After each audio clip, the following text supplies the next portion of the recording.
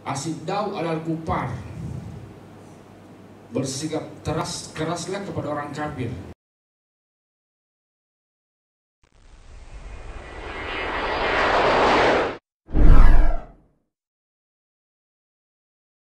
Bismillahirrahmanirrahim. Assalamualaikum warahmatullahi wabarakatuh. Selamat siang. Salam sejahtera untuk kita semua. Om Swastiastu, Namo Buddhaya, salam kebajikan. Bapak Ibu sekalian, peserta penguatan moderasi beragama tingkat Provinsi Sulawesi Selatan yang sama-sama berbahagia.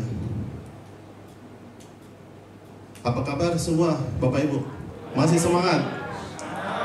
Iya, tetap semangat ya. Nah, ini kita akan memasuki sesi kedua pada kegiatan kita ini tentang bahaya radikalisme bagi keutuhan bangsa dan negara. Moderasi beragama sebagai sebuah pendekatan. Ini adalah sebuah materi yang sangat hebat, kayaknya luar biasa, dan juga akan dibawakan oleh pemateri yang sangat luar biasa, yaitu Bapak Dr. Mahmud Suyuti.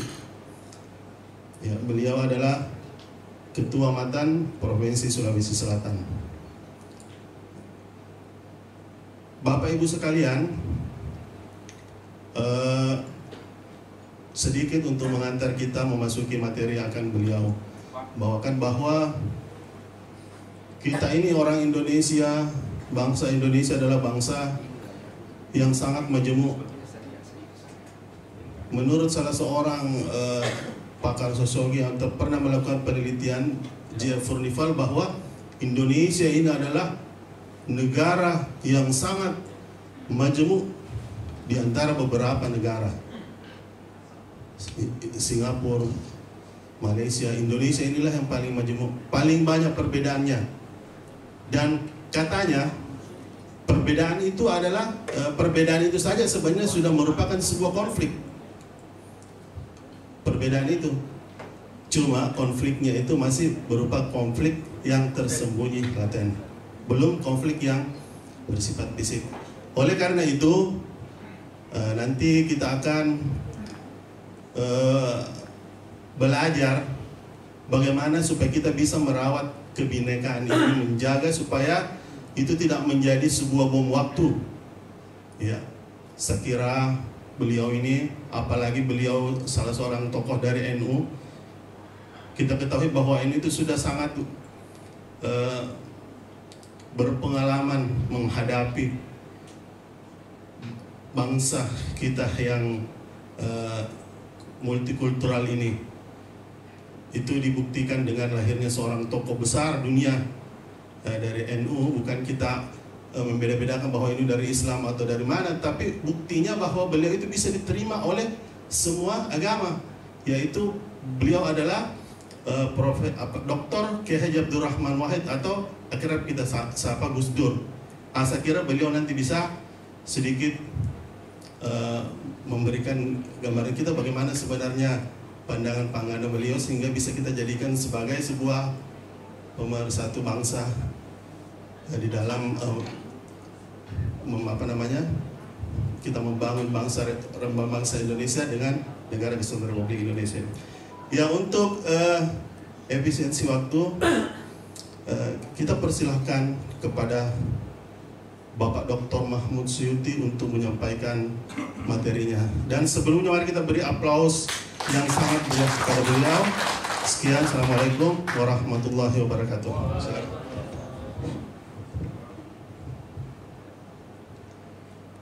Assalamualaikum warahmatullahi wabarakatuh. Selamat siang, selamat pagi menjelang siang. Salam sejahtera, salam kebajikan bagi kita semua. Om Swastiastu, Namo Buddhaya, Salam. Alhamdulillah. Alhamdulillahil awwalu bila ibtida wal akhiru bila intiha, la qablahu wa la ba'dahu, jami'us sifatil kamaliyah wal jubriyah. Assalatu wassalamu ala as-sayyid al-habib Muhammadin sallallahu alaihi wasallam wa ala alihi wa sahbihi ajma'in. Bapak Ibu sekalian, persoalan dan istilah radikalisme ini nanti muncul setelah era reformasi. Sebelumnya itu, selain 5 agama, di internal Islam sendiri ada 2 ormas yang sangat terkenal dan terbesar, Muhammadiyah dan Nahdlatul Ulama. Dengan munculnya ormas lain atau aliran lain selain dari kedua ini tanda kutip, maka muncullah istilah radikalisme dan popularitas di tengah-tengah masyarakat. Dengan munculnya paham radikal ini, maka kita saksikan sejak itu banyak kejadian-kejadian yang bisa merongrong NKRI, bahkan agama kita, dan sangat mengganggu toleransi beragama. Bahkan di internal agama itu sendiri terjadinya bom di Bali, terjadinya bom di Palu, terakhir di Makassar di gereja katedral. Itu karena pemahaman yang sangat radikal. Dia memahami teks ayat suci dengan secara tekstual belaka. Misalnya disebutkan di dalam Al-Quran, mohon maaf kalau saya sebutkan beberapa ayat. Asyiddaw alal kufar,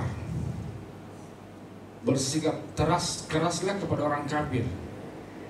Dia pahami bahwa yang dimaksud keras itu adalah menantang mereka, merongrong mereka, padahal sambungan ayat itu adalah ruhama'u bainahum. Artinya berkasih sayanglah dengan mereka.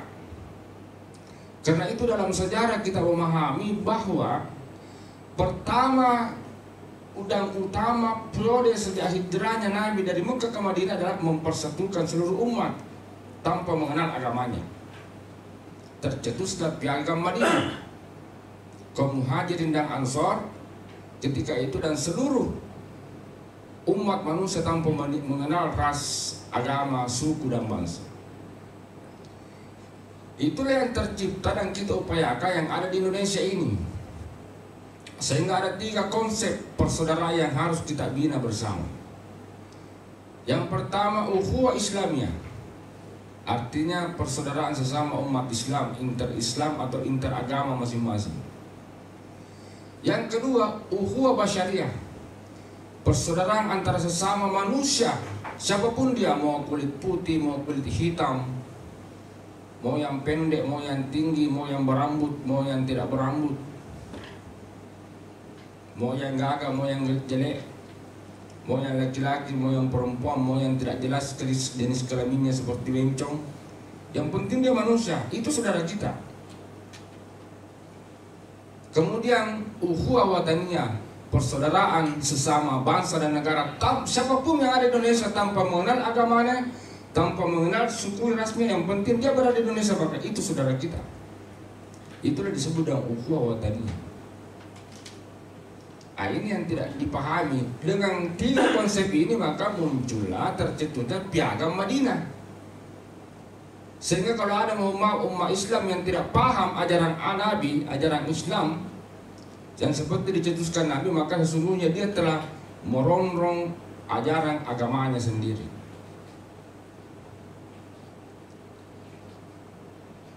Saya belum terlalu memahami bagaimana istilah radikal di luar Islam, tetapi yang kita diskusikan pada kesempatan yang berbagai ini tentang bagaimana radikalisme itu dalam interaksi Islam itu sendiri. Yang pertama, Bapak Ibu sekalian, ada semacam, ini perlu dipahami, ada semacam ciri khas, walaupun itu tidak bisa kita jadikan sebagai patokan. Ada semacam ciri khas untuk mendeteksi paham-paham radikal, baik dari ciri-cirinya, sikap, dan perilakunya, khusus di internal Islam ya.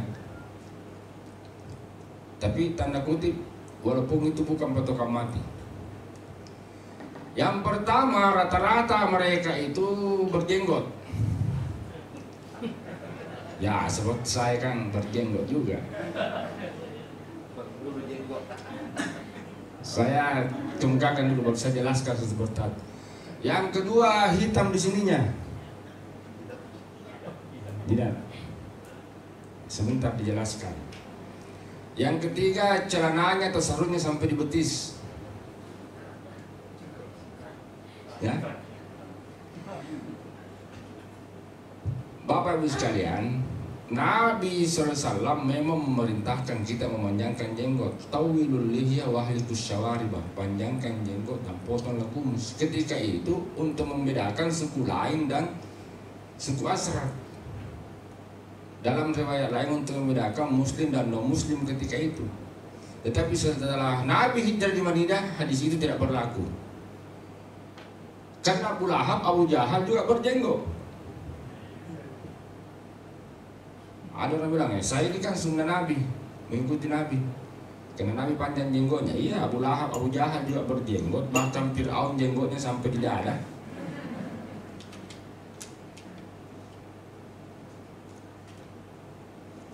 Jadi itu bukan ukuran, tetapi itu ciri-ciri. Ciri pertama itu, karena terlalu, kenapa saya katakan terlalu teks, memahami teks. Sangat dangkal, mohon maaf, bukan yang pangkal, yang dangkal. Akar pemahaman yang sangat dangkal, sangat mendasar. Jadi hanya dasar-dasar agama yang dia tahu. Sampai dia ingin menuntut perubahan. Semua umat, semua temannya diminta, ayo kita panjangkan jenggot, ayo kita panjangkan jenggot. Dengan berbagai hadis dalil dikemukakan, misalnya wa kullu lihiyatil malaikah, karena pada setiap jenggot itu menurut hadis ada malaikat. Malaikat itu 12.000 sayapnya. Jadi kalau dia bergantung di jenggot, bisa patah kita punya gigi.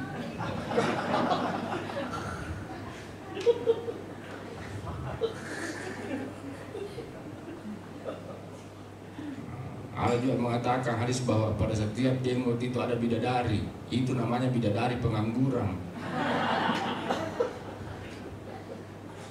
Jadi bagaimana guru saya nih, misalnya Gus Dur tidak ada jenggotnya, kayak guru saya Kiai Sunusi Baco tidak punya jenggot, guru saya Habib Muhammad tidak ada jenggotnya, masuk neraka semua itu. Jadi ada hal-hal tertentu yang ada pada diri seorang nabi yang tidak bisa diikuti oleh umatnya karena hal itu bersifat privasi. Jadi kalau misalnya nabi punya telalat di sini, haruskah kita juga punya lalat di sini? Hah? Tapi sebaliknya ada sesuatu hal yang ada pada diri nabi justru dilarang atau dibatasi pada umatnya. Contoh misalnya nabi menikah 9 kali. Umatnya tidak boleh begitu. Walaupun ada ayatnya, karena ada ayat yang berlaku bagi umat, ada ayat yang berlaku bagi nabi. Itu harus dipahami, Pak. Ada hadis yang berlaku untuk memanjangkan jenggot, yaitu hanya orang-orang yang bisa tumbuh subur rambutnya, tapi orang yang tidak bisa tumbuh subur jenggotnya, ayat itu, hadis itu tidak berlaku untuknya. Ini harus dipahami. Tetapi tergantung niat. Kalau misalnya alhamdulillah seperti beberapa teman seperti saya ini bisa panjang jenggot dan saya pelihara dengan niat mengikuti Nabi, maka saya berpahala. Kalau saya niatkan begitu. Tetapi kalau hanya sekedar memanjangkan, karena ada juga sekedar memanjangkan dan diikat-ikat, kalau mengikuti Nabi itu namanya jenggot teologis. Kalau memanjangkan jenggot dan diikat-ikat itu namanya jenggot aksesoris. Kalau ada orang panjang jenggotnya 1 biji 2 biji namanya jenggot jangkis. Kalau ada orang tumbuh jenggotnya tapi sangat tipis sekali namanya jenggot krisis. Kalau ada orang panjang jenggotnya dan pergi bom bunuh diri, namanya jenggot teroris, itulah radikal. Bisa dipahami. Tidak ada itu orang pergi bom bunuh diri dan yang tidak berjenggot semuanya. Yang kedua, mohon maaf, itu laki-laki yang perempuan pasti bercadar.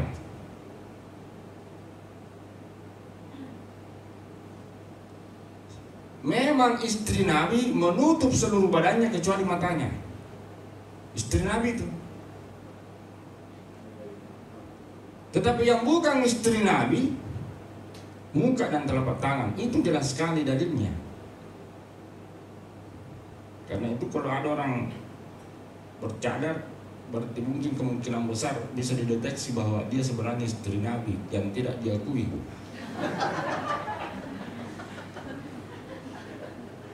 Kalau Nabi pernah bersabda, tabassum ila wajhika ahaka sedekah, tersenyum kepada sahabatmu sedekah. Bagaimana mau tersenyum kalau hanya mata yang kelihatan? Makanya banyak perempuan masuk neraka karena tidak ada sedekahnya. Ini harus dipahami, Pak. Teks-teks keagamaan yang begini harus dipahami. Sehingga toleransi, terutama di internal umat beragama itu betul-betul terwujud.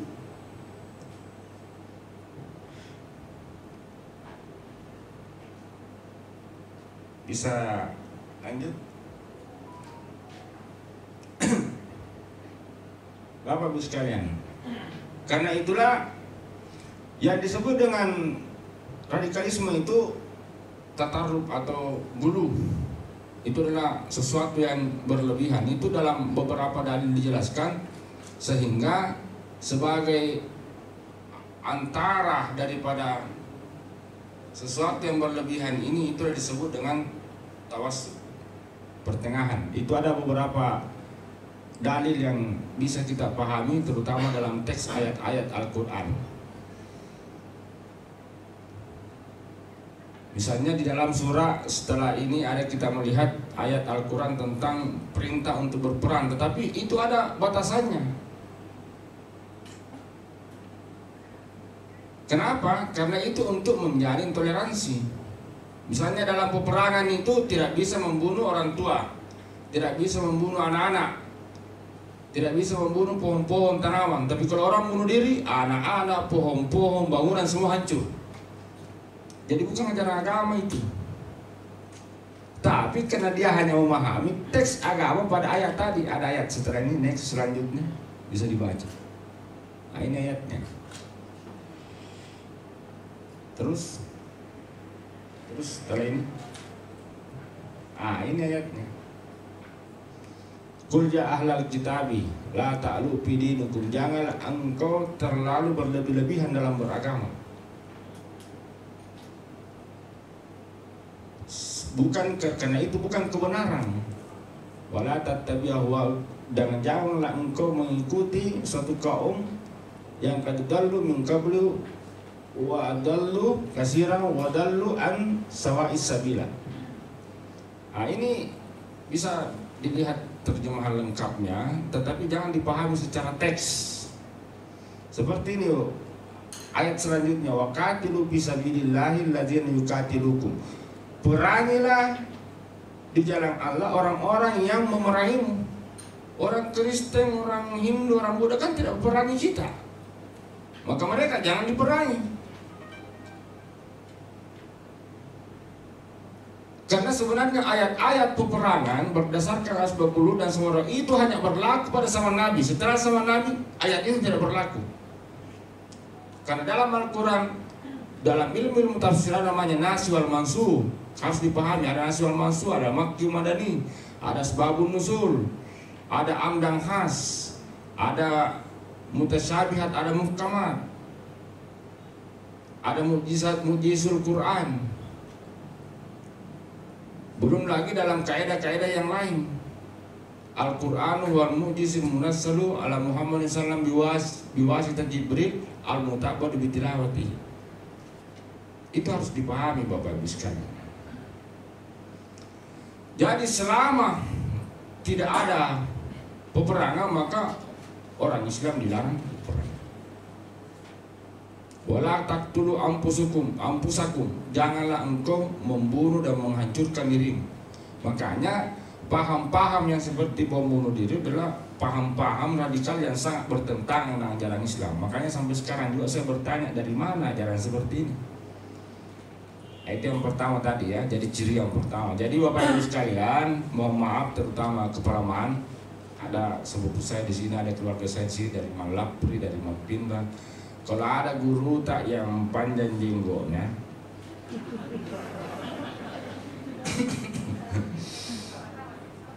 kalau ada guru tak yang bercadar, undang nggak pergi di sekolah tak? Nanti saya kasih mengaji dia, saya kasih ayat Al-Quran, saya kasih hadis, tapi sampaikan bahwa itu yang diundang itu dia sudah hafal kitab Bukhari Muslim, dan dia kuliah di S1, S2, S3 hadis, dan dia dosen hadis. Jadi kalau mau bicara hadis, kasih saya. Orang bilang alumni pesantren juga itu sepenuhnya gugur, karena banyak guru mana alumni pesantren, tapi pesantren kilat banyak begitu. Terus kenapa Nabi SAW hitam di sininya? Karena memang badannya Nabi besar. Dan kalau dia bersujud sangat tertekan di bawah, dan itu waktu belum ada sajadah, belum ada karpet.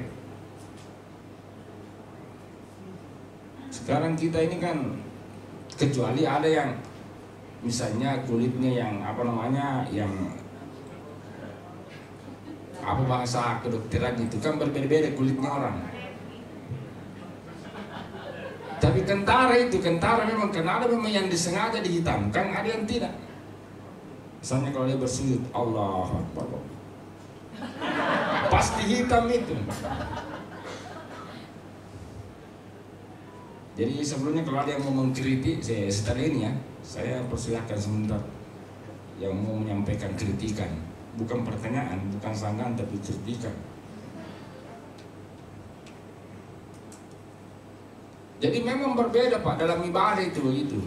Mohon maaf kalau saya bicara masalah internal Islam ya, dari sahabat-sahabat saya, saudara-saudara yang di luar Islam, mohon didengar saja dan dimengerti, supaya juga bahkan literatur sebenarnya bahwa oh ternyata ajaran Islam itu begitu. Dan memang ada perbedaan-perbedaan memang di dalam ajaran agama kami. Bukan saja persoalan pemahaman teks, tetapi dalam amaliyah, ibadah, bahkan ibadah salat. Saya berikan contoh. Berdasarkan hadis Nabi, ketika Abu Hurairah diajar bertakbir, an Abi Hurairah tahina matakbirul jiram tadajadahu baina uzunayhi wa unqihi. Abu Hurairah ketika diajar bertakbir meletakkan tangan antara telinga dengan dagu. Ini telinga, ini dagu. Jadi kalau Abu Hurairah bertakbir begini. Ummu Salmah yang bertakbir turan tak ada ya. Ama masalah Ummu Salmah ketika bertakbir meletakkan tangan depan dada.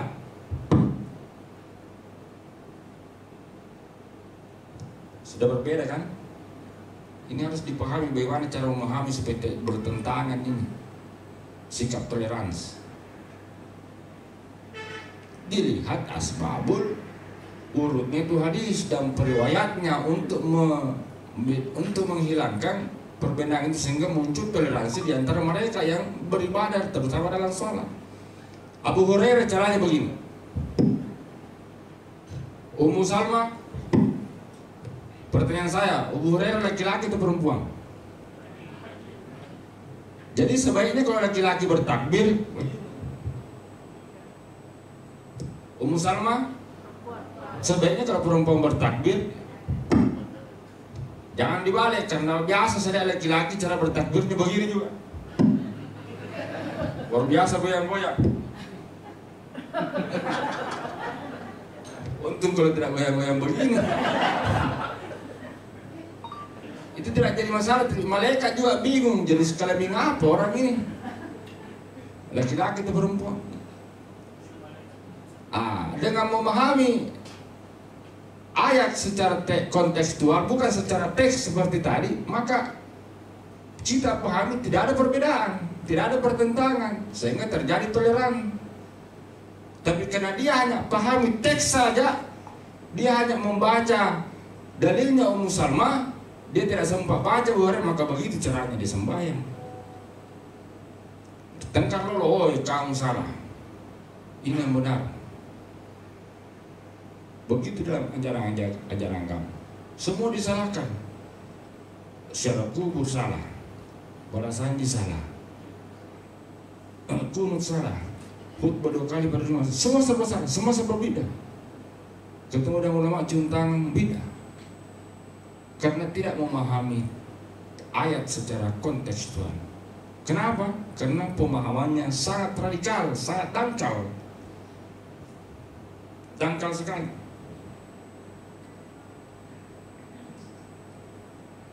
Jadi terutama kita ini yang guru-guruan,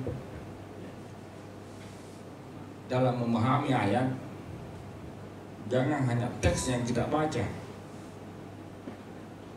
Ini harus diberikan pembinaan, Pak, terutama guru-guru Al-Quran hadis. Siapa tahu nanti, itu juga ada beberapa siswa di mana, mohon maaf, ada kepala sekolahnya malapri di sini Mantiga, Pak Mapiati, itu di Mantiga, Pak, di Bone itu terus terang ya. Ini bukan cerita karena saya tidak langsung, kalau kepala sekolahnya mengelak berarti dia bohong. Itu siswanya di situ ada yang pakai cadar. Berarti istri Nabi itu ke sekolah di situ di mana? Hebat ini kepala sekolahnya ini.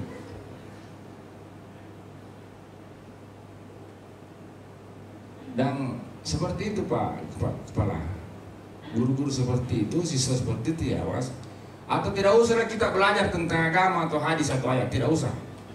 Coba kita kembali ke kampung masing-masing dan temui guru mengaji kita, temui guru agama kita, temui orang yang paham tentang agama. Semua orang tua di kampung paham agama. Tidak ada yang panjang jenggotnya, tidak ada yang bercadar istrinya. Padahal dia paham agama. Kita baru belajar agama tadi, langsung merubah itu keyakinan. Kembali mungkin di kampung, siapa guru yang kita idolakan di kampung? Bercadar istrinya, kira-kira. Itu. Yang ketiga, yang terakhir, cirinya hitam di sini ya. Ada juga orang bilang karena bagus agamanya, hitam mata kakinya. Itu mata kaki itu di sini, mohon maaf saya perlihatkan ini nih, mata kaki ini kan. Karena bagus itikafnya, bagus sangat bagus tahiyatnya. Saya bilang tidak, pemain domino juga hitam begitunya.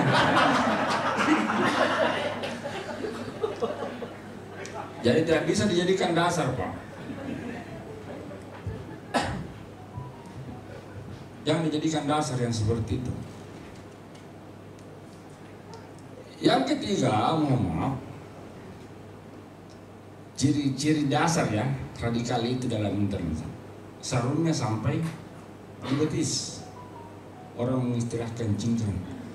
Memang Nabi memerintahkan untuk menaikkan sarung di betis ketika Nabi SAW pergi berperang. Di luar peperangan hadis ini tidak berlaku. Makanya saya sebut ada tadi nasi wal mansur. Jadi kalau ada ustaz, ada guruman, ada kepalaman yang sarungnya sampai di betis, berarti itu ustaz, itu guruman, itu kepalaman mau pergi berperang. Terlalu radikal caranya memahami teks-teks ayat. Tapi coba sarungmu sampai di betis, bahkan kesini sedikit baru pergi sembahyang di masjid, baru kau bersujud, intip dari belakang, pasti kelihatan. Coba kembali kita ke kampung, siapa orang yang paling paham agama di kampung tak, lihat caranya bagaimana pakai sarung. Pasti semua yang hadir di sini ada guru mengajinya, ada yang ajar mengaji waktu kecil. Coba lihat guru mengaji tak, sarungnya sampai di mana? Sampai di betis atau sampai di mana? Padahal dia paham agama, lebih paham mereka daripada kita.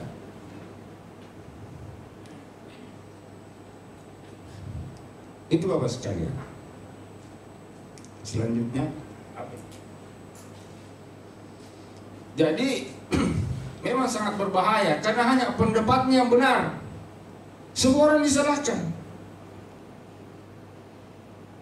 Seakan-akan dia yang menguasai agama. Dia interpretasikan jihad supaya cepat masuk surga dan seterusnya, sehingga harus berperang, harus membunuh diri. Itu teks yang pada asalnya ternyata bahwa ada ayat yang melarang kita bunuh diri. Semua pemahamannya, semua pendapatnya itu yang lain salah. Dilarang secara kubur. Karena teks dalam memahami ayat sangat radikal. Memahami hanya hadis Nabi, kuntu nahitukum an ziyaratil kubur, saya melarang kalian secara kubur. Itu memang hadisnya Nabi. Tapi tidak mengetahui kontekstualnya. Nabi melarang secara kubur karena orang pergi di kuburan, pergi menyembah-nyembah. Orang pergi di kuburan, pergi minta-minta nomor. Tetapi hanya teks yang dia paham. Coba lihat para nas. Bahkan sebelum dia diangkat menjadi Nabi dan Rasul, dia ziarahi makamnya orang tuanya. Terus ada hadis begini, idza kuntum minal maqabiri faqul assalamualaikum ya ahlal kubur, atau assalamualaikum ya ahlad diyar. Di mana dibaca nih doa? Apakah dibaca pada saat makan? Dibaca. Di mana dibaca? Berarti orang yang tidak secara kubur meninggalkan ini hadisnya Nabi. Bahkan ditanya Nabi, pada Nabi itu Jalil qalat, Aisyah berkata, kharajalah baki. Nabi itu kalau tengah-tengah malam, jam-jam 2 begitu, kharajalah baki, keluar ke pemakaman Baki. Ini juga menjadi masalah. Kalau mau konsisten mengikuti Nabi, sebaiknya secara kubur itu tengah-tengah malam. Karena itu dilakukan Nabi. Tidak bisa rombongan karena Nabi sendiri. Tidak bisa bawa senter juga karena itu waktu belum ada senter. Dan Nabi itu kesukaannya, terutama kalau malam-malam, adalah suka pakai baju putih, serban putih, semuanya serba putih. Datanglah Ali wa ma'fa'alna ya Rasulullah. Jadi apa yang kami harus lakukan ya Rasul? Kalau Nabi bersabda alaikum yaumil Khamis, yaumil Jumat, atau kamal adat. Hendaklah kalian ziarah kubur pada hari Kamis atau Jumat atau kamal adat. Bagaimana adat istiadat kalian? Adat istiadat kita bagaimana? Ketika pulang kampung, ketika mau naik tanah suci, ketika pengantin baru, itu adat. Jadi tidak bertentangan sebenarnya amalan dan ajaran yang telah diwariskan orang tua kita di kampung-kampung dan ajaran Islam. Tidak ada yang bertentangan. Cuma ini aliran-aliran yang paham radikal ini yang menantang semua itu. Karena memahami teks sama tadi sebelum saya kubur, sebelum orang saya kubur kan orang meninggal ada dalam Islam disebut takziah. Oh ya dilarang takziah itu karena kalau takziah kita makan-makan, ada cara makan minum. Dan yang menyelata kulubi bete muatikum, janganlah engkau makan-makan di rumahnya orang mati. Rumahnya orang mati di kuburan. Ini rumahnya keluarganya. Karena teks terlalu dangkal dia memahami ayat. Tapi biar Bapak hanya dia yang benar, kita yang disalahkan. Kita yang disalahkan. Bid'ah. Haram, takfir, semuanya kafir. Kita dianggap orang Islam dianggap kafir, Pak. Apalagi kalian ini bukan orang Islam. Kami sendiri dianggap kafir. Apalagi jadi mohon maaf ini teman-teman di luar Muslim. Kalau Anda dianggap kafir ya maklum saja. Kami saja ini dianggap kafir kok. Mohon maaf ya, siapa tahu nanti ketemu kita orang-orang begitu. Teman-teman saya dari Kristiani, dari Buddha, dari mana, siapa tahu kita ketemu dengan orang berjenggot, kedua orang di sininya, ya coba. Sedangkan kami di sini begitu. Saya juga kurang paham agama apa ya. Sehingga saya secara pribadi, saya tinggal di Sudiang, ini Pak Ansar ini kepala Mampindan sering ke rumah saya. Di samping kanan saya itu Katolik, di samping kiri saya itu Protestan. Yang di sebelah sana teman juga orang Islam, tapi dia panjang jenggotnya, jarang sekali hubungan harmonisnya dan tetangga tidak ada.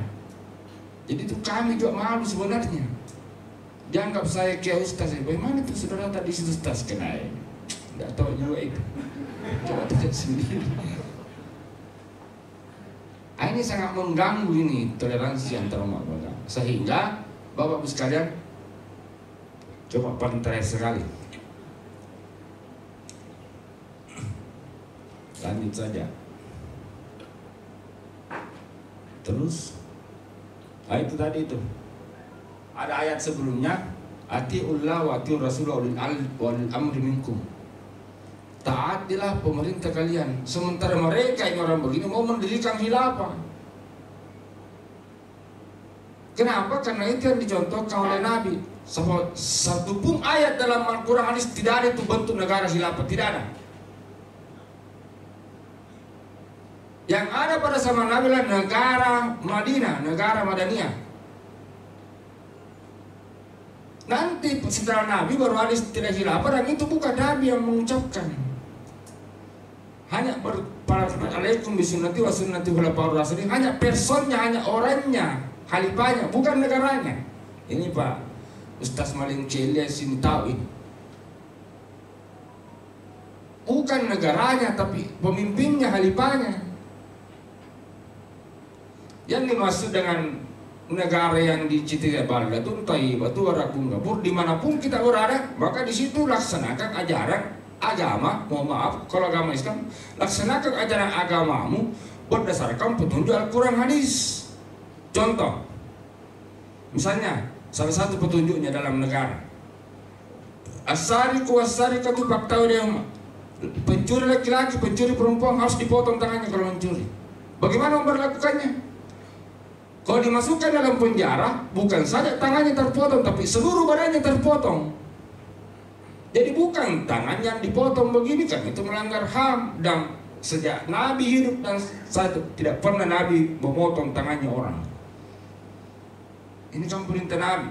Ya, tapi Nabi kan tidak pernah praktekkan. Bahkan yumpona bil ardi, dia diusir ke negeri yang jauh, tapi tidak usah diusir, kasih masa di penjara, itu sudah diusir namanya. Begitu saya memahami teks keagamaan.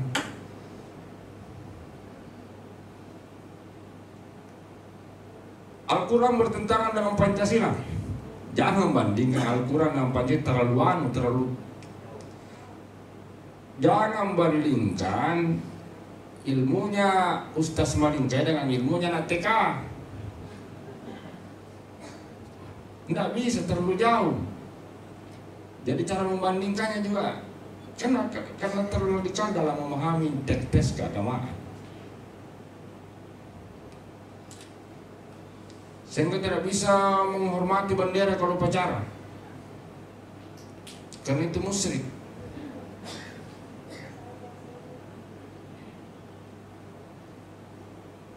Dia tidak memahami bahwa sungguhnya hubbul watan minal iman, cinta terhadap negara adalah bagian daripada iman, dan salah satu bentuk simbol kecintaan adalah menghormati. Saya kasih contoh ya. Inilah ini contoh, ini ada masker. Contoh saja. Ini masker ini pemberian orang tua saya. Contoh ya, pemberian orang tua saya. Simpan. Tapi orang tua saya sudah meninggal. Tapi orang tua saya panggil bapak misalnya. Ini masker saya dikasih, saya ulangi, ini masker pemberian orang tua saya. Orang tua setelah meninggal, orang tua saya itu sebelum meninggal saya panggil bapak. Tiba-tiba saya lihat masker. Bapak. Orang bilang, musyrik ini, kenapa itu masker dibilangi bapak? Bisa dipahami? Sama dengan itu bendera tadi, bukan musyrik itu. Penghormatan.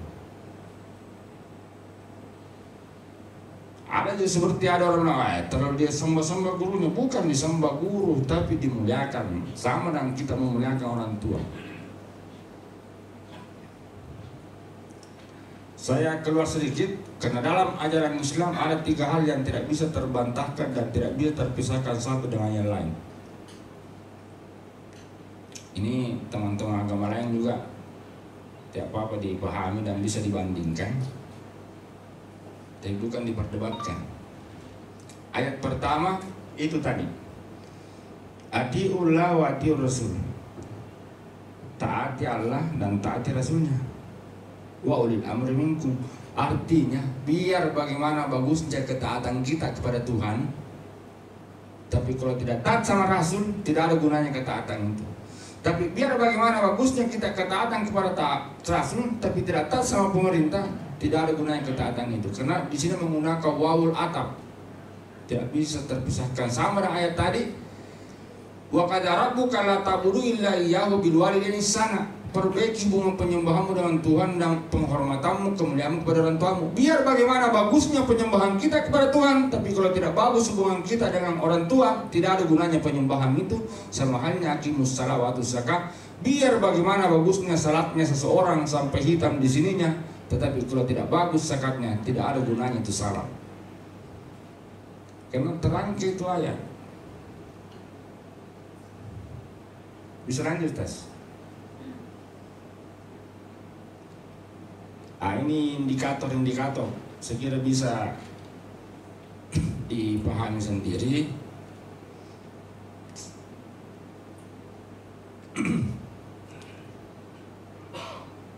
Itu tadi saya sudah jelaskan satu persatu, merongrong negara dan seterusnya, mengklaim kebenaran secara sepihak, mengklaim kebenaran ya itu semua tadi saya sudah jelaskan sebenarnya semua ini. Fanatisme yang berlebihan, melakukan tindakan kekerasan seperti membunuh diri atas nama kamu. Dia demo. Dia demo dan runtuhkan pagarnya. Allahu Akbar, Allahu Akbar. Kenapa kau pukul orang pakai Allahu Akbar?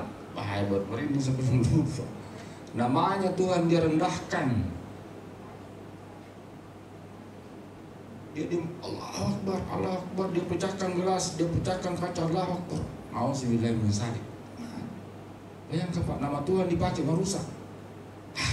Hancur. Hancur betul. Sehingga ya itulah, kita harus bersifat tawasud. Ya ini juga, makanya Islam mengajarkan itu, jangan terlalu berlebihan, jangan terlalu pelit, jangan juga terlalu boros karena bisa kau jatuh miskin. Ya nyanyinya ini Ultratista bila yang sedang-sedang saja, yang tengah-tengah saja. Jadi sebenarnya Ultratista juga bagus, diambil sepunya ajaran, walaupun dia artis. Terus,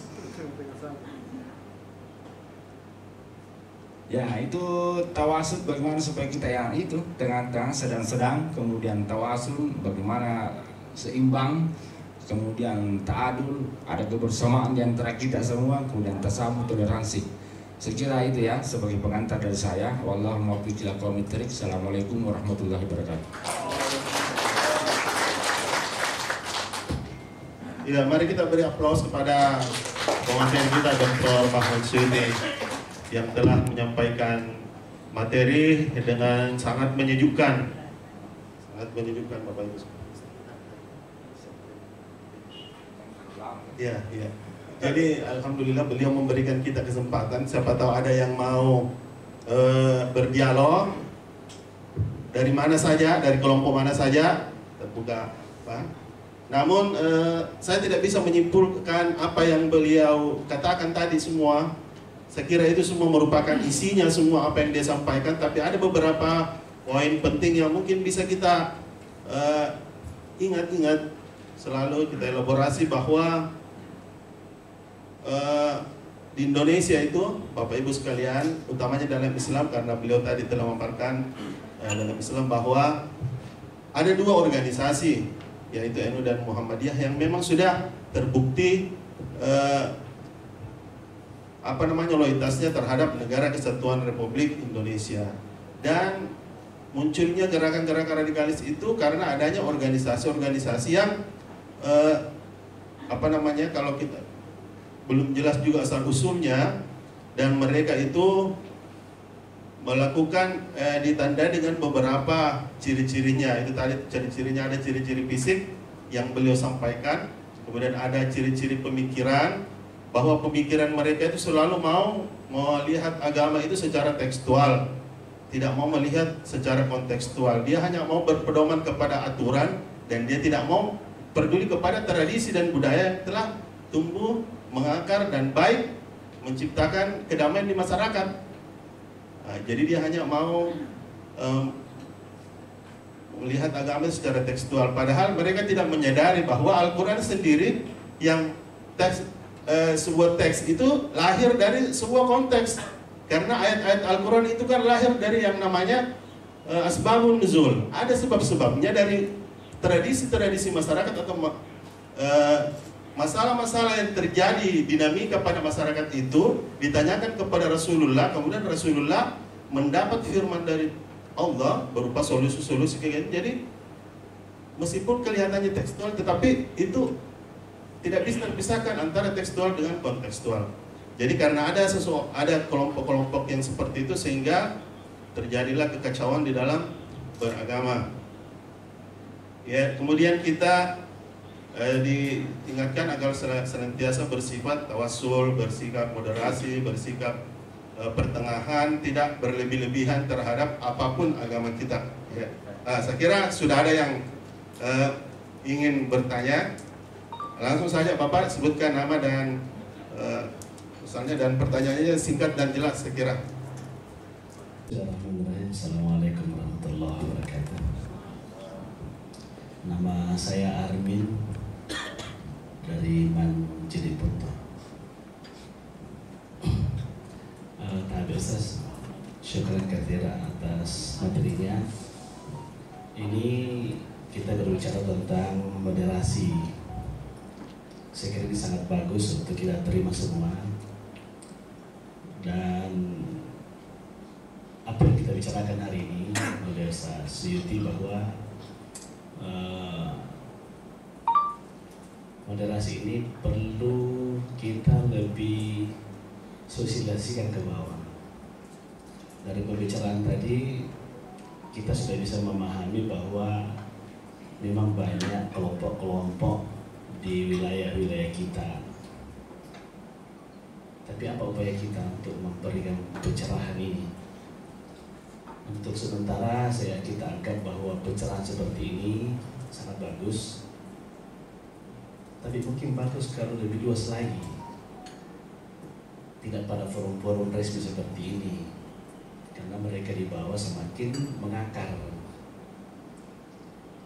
Kalau di kita, insya Allah mungkin bagus lah. Tapi untuk kita untuk memberikan pemahaman ke bawah itu yang masih susah karena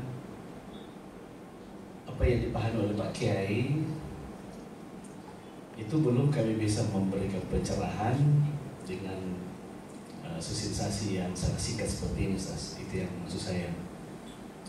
Jadi mungkin ada pola, saya hanya sekedar sudah pakai. Mungkin ada pola di kita, di organisasi apapun, apakah Muhammadiyah itu atau organisasi yang kita percayakan untuk memberikan pencerahan-pencerahan ke bawah. Karena pencerahan-pencerahan seperti ini kalau di Muhammadiyah ada, Denu ada, tapi organisasi lain yang bercokol di mana-mana itu penting itu karena memang kita tidak bisa menafikan bahwa memang ada beberapa organisasi yang kita sudah pahami mereka ada sedikit bukan menyimpang tetapi dianggaplah radikal kalau menurut kita. Makanya perlu bagaimana supaya mereka memahami kemajemukan kita semua seperti itu. Kemudian yang kedua Pak Kiai bahwa jangankan kita di Islam, di dalam Islam pun ada seperti itu. Tinggal bagaimana kenapa tidak bisa dikembalikan kemarin itu yang penataran P4 itu kenapa tidak bisa dikembalikan itu? Saya mau waktu saya kuliah 88 itu penataran P4 suatu kewajiban mahasiswa itu ikut dan itu kita pahami tentang kenegaraan, kemajemukan, menghargai di sekitar kita, sekian banyak kepercayaan. Tapi setelah itu ada muncul lagi semua karena seakan-akan yang penting tidak berguna. Baru sekarang kita mau seperti mensupport semua bagaimana mensosialisasikan tentang bagaimana Pancasila, bagaimana seterusnya. Kita sudah kewalahan sekarang. Kalau misalnya semua lembaga-lembaga sekolah, lembaga-lembaga pendidikan baru kita memulai lagi, bukan ditangani oleh negara dalam bentuk forum-forum seperti itu. Ini akan semacam bom waktu suatu saat. Oleh karena itu, baik di kita orang Islam, baik di teman-teman non-Muslim dan seterusnya, Saya kira perlu ini penguatan-penguatan kenegaraan lewat penataran seperti itu. Ya seperti itu. Maaf nih saya terlalu banyak. Syukur terus. Saya kira demikian. Assalamualaikum warahmatullahi wabarakatuh. Waalaikumsalam. Terima kasih banyak Pak Amin atas pertanyaannya. Jadi kita untuk sesi pertanyaan ini kita buka dulu. Wabarakatuh. Yang saya hormati guru saya. Langsung Pak, saya dengar satu diungkap kembali ayat surah Al-Fat ayat 29. Muhammadur Rasulullah asyidda'u 'alal kuffar ruhama'u bainahum tarahum ruk'an sujada. Saya butuh mungkin penguatan, siapa tahu ada yang kita pahami yang melebihi dari saya. Bahwa saya paham ini bahwa asyidda 'alal kuffar, dia keras kepada orang kafir. Tanda petiknya kami tidak pernah dapat yang dimaksudkan orang kafir di sini. Apa orang yang tidak punya agama, atau orang yang punya agama, atau siapa yang dimaksudkan ayat ini? Ini satu. Jadi saya sekali lagi Ustaz, bahwa kami juga dari Jeni Foto sama dengan teman saya. Kebetulan ya dikasih jodoh di Sinjai. Yang kedua Ustaz, dulu itu sudah ada toleransi beragama, tapi lambat laun sepertinya toleransi beragama ini kayak terkubur dengan munculnya moderasi beragama. Mungkin Ustaz, Pak Dokter bisa memberikan kepada kami ini. Kami butuh siapa yang mengawali dari moderasi beragama dan tujuan akhir dari moderasi ini. Jangan sampai betul-betul moderasi beragama ini adalah dianggap bahwa sebuah pendekatan, padahal ada sebagai orang Islam kita harus paham bahwa 14 abad yang lalu Nabi Muhammad SAW itu sudah jelas lakum dinukum waliyadin. Dan ketika ini kita pahami persoalan toleransi beragama dan persoalan moderasi beragama ini sudah jelas bahwa anut agamamu, saya pun akan menganut agamamu, dan satu sama lain tidak boleh saling mengganggu. Sehingga kami kembali keterkaitan antara moderasi beragama dengan toleransi beragama. Yang kedua mungkin latar belakang munculnya moderasi beragama. Demikian Pak Dr. Mahmud Syedi, semoga. Assalamualaikum warahmatullahi wabarakatuh. Nama saya Muslimin dari Mandua Bone. Bapak pemateri yang saya hormati, para teman-teman, saudara kami semua yang saya hormati pula. Saya merasa terkesima mendengar materi ini, dan ini materi bahaya radikalisme. Ini memang patut kita share kepada saudara-saudara kita, karena ini sudah menggejala di lingkungan kita, termasuk di lingkungan pendidikan. Jadi penyegaran seperti ini memang sangat dibutuhkan. Terutama mungkin kehadiran Bapak, kalau secara lembaga kami ingin mengundang supaya memberikan penyegaran kepada siapa yang menjadi pendidik, siapa yang bisa memberikan pencerahan, termasuk pada siswa. Karena dengan belajar agama, kemudian mereka mungkin tidak memahami secara kafah, secara keseluruhan, bisa jadi timbul pemikiran-pemikiran yang mengarah kepada tindakan radikalisme. Jadi untuk itu mungkin pada kesempatan ini kami bisa secara organisasi, mungkin kalau Bapak berkenan hadir di lembaga kami akan siap mengundang untuk luar biasa memberikan pencerahan kepada tenaga pendidik, kemudian kepada siswa kami. Mungkin itu usulan dari kami. Assalamualaikum warahmatullahi wabarakatuh. Memberi masukan. Jadi pertanyaan yang pertama tadi dari Bapak Armin itu mengenai bagaimana caranya kita setelah pelatihan seperti ini, beliau paham, tetapi bagaimana polanya supaya ini bisa sampai kepada masyarakat, utamanya masyarakat awam di bawah yang rawan, artinya yang berpengetahuan agama sempit tapi fanatismenya tinggi, sehingga ada istilah mengatakan bahwa sumbu pendek itu gampang terbakar, gampang meledak.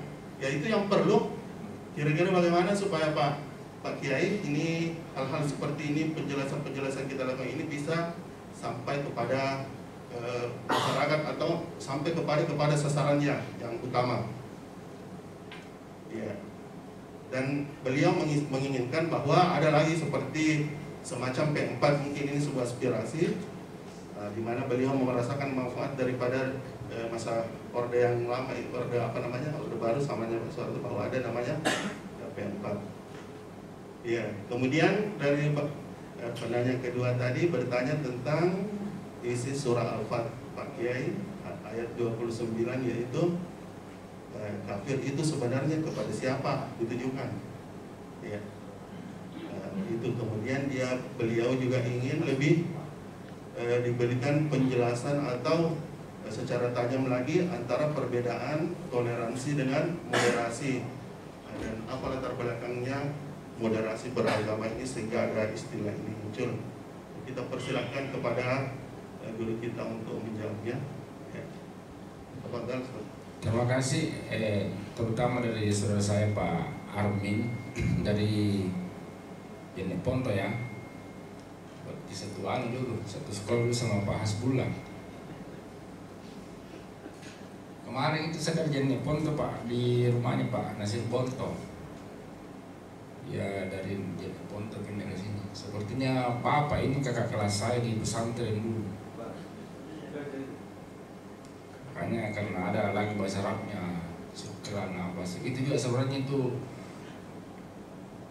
kita kamu punya bahasa Indonesia.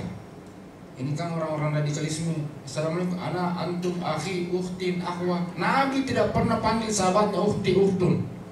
Nabi panggil sahabatnya sahabat Abu Bakar, sahabat Umar, sahabat Utsman. Nabi tidak pernah akhi ukhti ikhwan. Tidak pernah begitu itu. Ini juga ajaran nanti memahami teks. Jadi kalau panggil sahabat Armin itu sudah ajaran Islam, sebenarnya tidak usah diganti. Akhi, kan kita punya bahasa sendiri, hubul mata dengan iman. Tapi itu kan sekedar apa? Sekedar motivasi bagi kita bagaimana hubul watan dengan iman. Tapi rata-rata orang-orang yang baru belajar bahasa Arab itu dan mau memahami agama, itu cara menyapanya itu begitu. Assalamualaikum, anak ini dari Anda. Begitu. Jadi saya sangat setuju kepada Pak Armin bahwa sebenarnya sosialisasi tidak terbatas pada forum seperti ini. Jadi memang sejak di Kementerian Agama ini, sejak Pak Tonan Cawiru jadi Kepala Humas, kemudian Pak Sopian Kepala Humas, kemudian Pak Uceng, kemudian sekarang Pak Asbur. Memang saya sering dipanggil narasumber begini, tetapi sebatas forum saja begini. Pernah saya tanya bagaimana sampai di asosiasi di kampung-kampung daerah, katanya persoalan dananya tidak ada. Saya bilang sekarang bisa seorangnya kalau mau kerja sama dengan Basnas. Saya tanya begitu, mana Pak Asbur lah keluar. Kalau lewat Matan bisa juga, tapi itu Matan tidak punya dana. Nah, itu masalahnya. Nanti saya jelaskan. Nah, itu seperti ini Pak Arpan ini yang staf humas. Dia kan punya majalah Marhama dulu. Saya selalu disuruh tulis tentang literasi. Tapi sekarang tidak pernah saya disuruh menulis tasdid, tidak ada kapan honornya lagi. Nggak ada nih.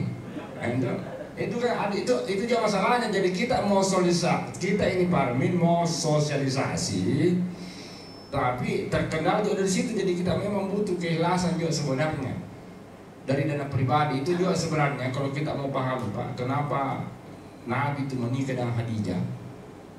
Khadijah itu perempuan banyak duitnya Pak. Itu juga kita harus paham bahwa sebenarnya untuk menggerakkan dan membesarkan agama ini harus pakai uang. Tidak bisa pakai gratis-gratis. Tidak bisa pakai gratis-gratis, itu juga perlu dipahami. Iya. Kemudian tentang penataran P4 dan pedoman Pancasila ini kan ada sekarang ini yang sejak topik Kemas, jadi itu kan ada ya pelopor ya, pilar-pilar kebangsaan itu penggantinya, jadi tetap berjalan, cuma tidak seperti dulu karena ini bersifat umum. Kalau P4 dulu kan di kampus-kampus, di perguruan tinggi dan seterusnya.